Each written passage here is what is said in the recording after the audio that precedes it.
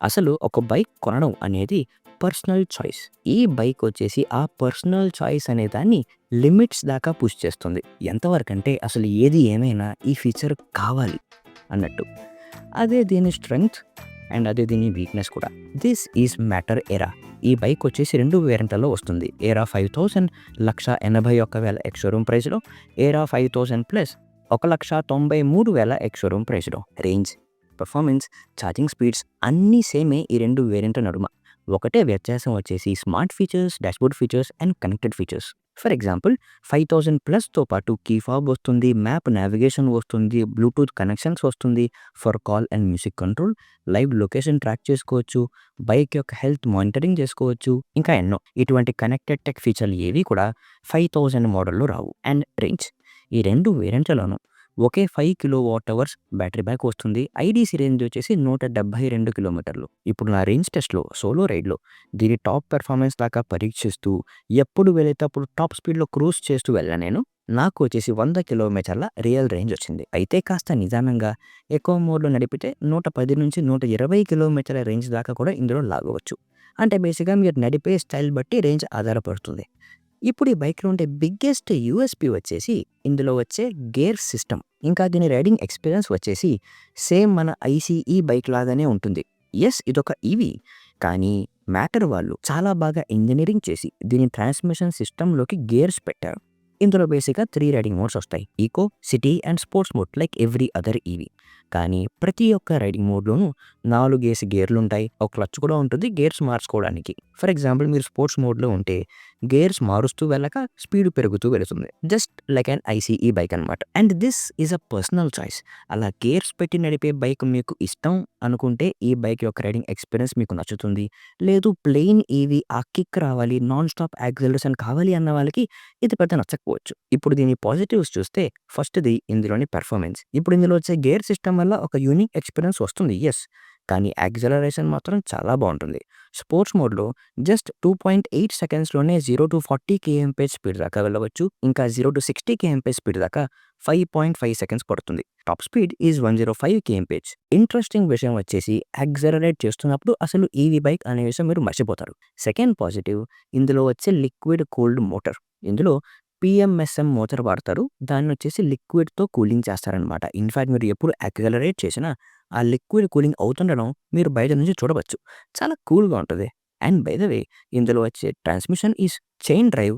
So, ఫ్రీక్వెంట్‌గా మీరు lubricate చేస్తూ ఉండాలి స్మూత్ రైడ్స్ కోసం. అండ్ మూడవది బ్యాటరీ ప్యాక్ కూడా ఇందులో లిక్విడ్ కూల్డే. ఇంకా దీంట్లో వచ్చే బ్యాటరీ ప్యాక్‌కి 5 years or 75,000 kilometres battery warranty స్టాండర్డ్‌గా వస్తుంది. అయితే దీన్ని ఎక్స్‌టెండ్ కూడా చేసుకోవచ్చు. అప్‌గ్రేడ్ చేసుకొని లైఫ్ టైమ్ ఆర్ 15 ఏళ్ల బ్యాటరీ వారంటీ కూడా తీసుకోవచ్చు. అఫ్‌కోర్స్ దానికి ఎక్స్‌ట్రా ఖర్చు కూడా అవుతుంది. కానీ అడిషనల్ బ్యాటరీ వారంటీ వస్తుంది అంటే మంచి విషయమే కదా! అండ్ ఈ 15 ఏళ్లలో కాస్త స్లాబులు ఉన్నాయి. అంటే ఫర్ ఎగ్జాంపుల్ బైక్ కొన్న ఫస్ట్ ఇయర్ నుంచి 5 ఏళ్ల దాకా 75,000 కిలోమీటర్స్ దాకా 80% కంటే పైచిలుకు బ్యాటరీ హెల్త్ ఉండాలి. అంతకంటే తక్కువ ఉంటే బ్యాటరీ అండర్ వారంటీ రీప్లేస్ చేసుకోవచ్చు. 5 ఇయర్స్ నుంచి 10 ఇయర్స్ దాకా 1,50,000 కిలోమీటర్ల లిమిట్ ఉంటుంది. అప్పటిదాకా 75% ఆఫ్ స్టేట్ ఆఫ్ హెల్త్ అంటే బ్యాటరీ హెల్త్ ఉండాలి. థర్డ్ స్లాబ్ వచ్చేసి 10 ఏళ్ల నుంచి 15 ఏళ్ల లోపల అన్‌లిమిటెడ్ కిలోమీటర్స్ 70% కంటే ఎక్కువ బ్యాటరీ హెల్త్ ఉండాలి. కాస్త తక్కువ ఉన్న బ్యాటరీ అండర్ వారంటీ రీప్లేస్ చేసుకోవచ్చు. ఇంకా నాలుగవది ఇందులోని డాష్‌బోర్డ్. ఇందులో వచ్చేసి ఒక 7 ఇంచ్ టీఎఫ్టీ టచ్ డిస్‌ప్లే వస్తుంది. దాని విజిబిలిటీ యాక్చువల్లీ బావుంది. Smooth and responsive. Map my India navigation వస్తుంది విత్ నైస్ ఇంట్రెస్టింగ్ ఉపయోగపడే షార్ట్‌కట్లు. అంటే మీ లొకేషన్ నుంచి దగ్గరలో ఉండే చార్జర్లు కావచ్చు, హాస్పిటల్స్ కావచ్చు, ఇలాగ ఇంట్రెస్టింగ్ షార్ట్‌కట్స్ ఉన్నాయన్నమాట. వెహికల్ హెల్త్ చెక్ చేసుకోవచ్చు. కాల్ అండ్ మ్యూజిక్ కంట్రోల్స్ కూడా వస్తాయి.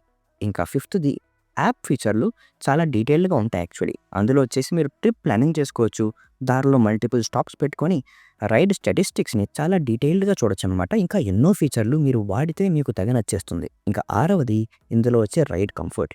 ఇందులో వచ్చేసి డ్యూయల్ సీట్ సెటప్ వస్తుంది. సీట్ టెక్స్చర్ కాస్త రఫ్‌గా ఉంటుంది. సో, మీరు ఎప్పుడు యాక్సిలరేట్ చేసినా ఒక మంచి గ్రిప్ అయితే ఉంటుంది. మీరు సీట్‌లో అటు ముందుకి, వెనక్కి స్లిప్ అవ్వరు. సీట్ యొక్క షేప్ కూడా బావుంది. సో, మీరు బైక్ మీద కూర్చున్నప్పుడు మీ మోకాళ్ళతో కూడా ఒక మంచి గ్రిప్ అయితే వస్తుంది.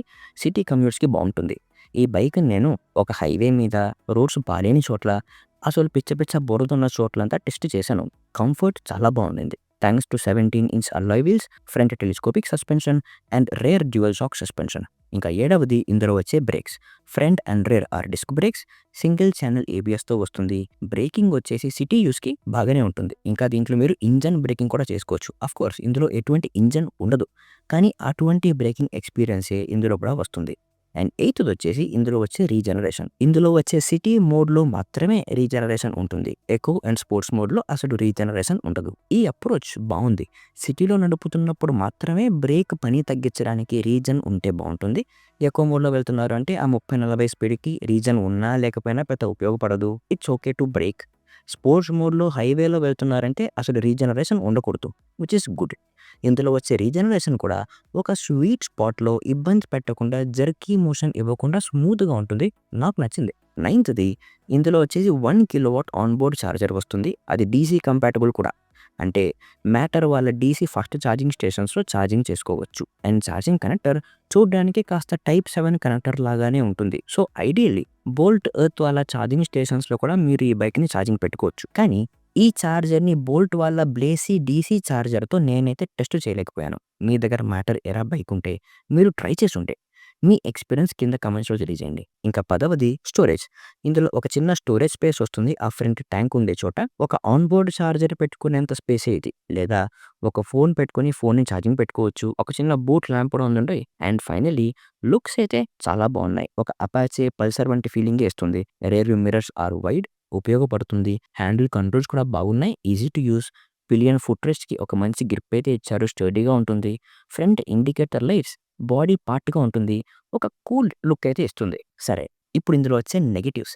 ఇందులో ప్రాపర్ నెగిటివ్స్ అనే పాయింట్స్ చాలా తక్కువ ఉన్నాయి.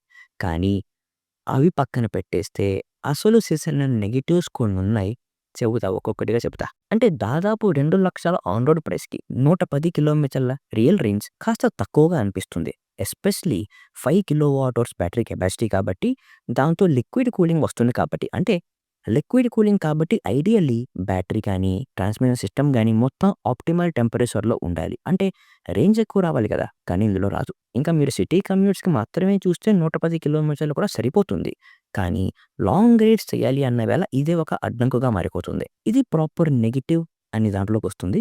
ఇవి కాకుండా మీ దగ్గర ఈ బైక్ ఉంటే మీ సర్వీస్ ఎక్స్పీరియన్స్ కావచ్చు, ఓవరాల్ ఎక్స్పీరియన్స్ ఎట్లా ఉందో కమెంట్స్లో తెలియజేయండి. నాకు అండ్ కమ్యూనిటీకి డెఫినెట్లీ ఉపయోగపడుతుంది. ఇంకా మిగతా నెగటివ్స్ అన్నీ కూడా కాస్తో కూస్తో పాజిటివ్స్కి సంబంధించిందిగానే ఉంటుంది. యాజ్ ఎ రిజల్ట్ ఇది ఒక చిన్న నిషే మార్కెట్ని మాత్రమే టార్గెట్ చేస్తోంది అనిపిస్తుంది. ఫర్ ఎగ్జాంపుల్, ఇందులో ఇంజనీరింగ్ చాలా బాగా చేశారు. అసలు ఈవీ బైక్లో గేర్ సిస్టమ్ అక్కరే లేదు. కానీ ఆ ఎక్స్పీరియన్స్ ఇవ్వడానికి ఎక్స్ట్రా శ్రమ తీసుకొని, ఎక్స్ట్రా సమయం వెచ్చించి ఈవీ బైక్లో గేర్ సిస్టమ్ పెంచారు. అభినందనీయం. కానీ దాదాపు 2 లక్షల ఆన్ రోడ్ ప్రైస్ ఖర్చు పెట్టి ఐసీఈ బైక్ ఇచ్చే ఎక్స్పీరియన్స్తో ఈవీ బైక్ కొనాలా? లేదా అదే డబ్బు పెట్టి అదే ఎక్స్పీరియన్సే కాబట్టి ఐసీఈ బైకే తీసుకోవచ్చు కదా అనే థాట్ రావచ్చు. కానీ ఈవీ బైక్ కొనాలి అని డెసిషన్ తీసుకున్నారు అంటే అది ఖచ్చితంగా పెట్రోల్ ధరని ఆదా చేస్తూ బండి నడపవచ్చు అనే ఉద్దేశంతో కదా. అయితే రేంజ్ మాత్రం 100 కిలోమీటర్లే. ఎప్పుడన్నా మీరు లాంగ్ రైడ్ ప్లాన్ చేసినా, డీసీ ఫాస్ట్ ఛార్జింగ్ పెట్టినా 2 గంటల సమయం పడుతుంది 0-80% దాకా ఛార్జింగ్ అవ్వడానికి. సరే, కాసేపు ఈ బైక్ని సిటీ కమ్యూట్స్ కోసమే తీసుకుంటున్నారు అనుకుందాం. సిటీ కమ్యూట్స్లో బైక్ నడపడం కాస్త హెడేక్. ఆ క్లచ్చు, ఆ గేరు మార్చుట, కాలు నొప్పెడుతూ ఉంటుంది. అదే ఎక్స్పీరియన్స్ ఈ బైక్లో కూడా వస్తుంది అంటే 2 లక్షలు ఖర్చు పెట్టి అదే మోకాల నొప్పి, అదే గేర్ చేంజింగ్, స్టోరేజ్ లేకుండా బ్యాక్ ప్యాక్ని మీ భుజాన వేసుకొని స్టోరేజ్ మొత్తాన్ని ఫ్రంట్ మీ కాళ్ళ మధ్యన ఇబ్బంది పడుతూ పెట్టుకొని నడపాలా? లేదా 1,30,000, 1,50,000 రూపాయల కంటే తక్కువ ధరకే ఇందులో వచ్చే 100 కిలోమీటర్ల కంటే ఎక్కువ రేంజ్ ఇస్తూ, స్టోరేజ్ వస్తూ, గేర్లు ఏమీ లేకుండా సుఖంగా నడిపే ఈవీ స్కూటర్ తీసుకోవాలా? అంతేకాకుండా బైక్ బరువు కూడా ఐసీఈ బైక్ లాగానే చేశారనమాట. 168 కిలోలు. అంటే బహుశా ఇందులో వచ్చే లిక్విడ్ కూలింగ్ వల్ల కావచ్చు, పెద్ద బ్యాటరీ ప్యాక్ వల్ల కావచ్చు వెయిట్ అయితే పెరిగిపోయింది. కానీ ఈ బరువు వలనే బైక్ రేంజ్ కూడా తక్కువ వస్తుంది. సో మీకు అర్థమైందా నేను అసలు ఏం చెప్పదలుచుకున్నాను? సో పాయింట్ వచ్చేసి బైక్ నాకు నచ్చింది. I loved it.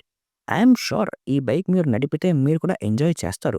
కానీ కొనాలంటే మాత్రం ఈ ధరకి ఇంతకంటే మంచి ఆప్షన్లే ఉన్నాయి. బట్ మ్యాటర్ ఏరా సక్సీడ్ అవ్వడానికి, మంచి బండిగా అనిపించడానికి ఒక మార్గం అయితే ఉంది. కనీసం 200 కిలోమీటర్ల రియల్ రేంజ్ బైక్‌లో రావాలి.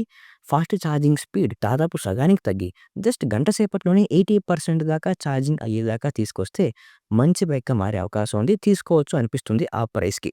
అప్పటిదాకా 100 కిలోమీటర్ల రేంజే అయినా పర్లేదు. ఐసీఈ బైక్ ఎక్స్‌పీరియన్సే కావాలి నాకు. ఆ గేర్ ఉండే ఈవీ బైకే కావాలి అన్న వాళ్ళకే ఈ బండి బావుంటుంది. మరి ఈ బైక్ గురించి, ఈ ప్రోస్ అండ్ కాన్స్ గురించి మీకు అనిపిస్తుందో కామెంట్స్‌లో తప్పక తెలియజేయండి.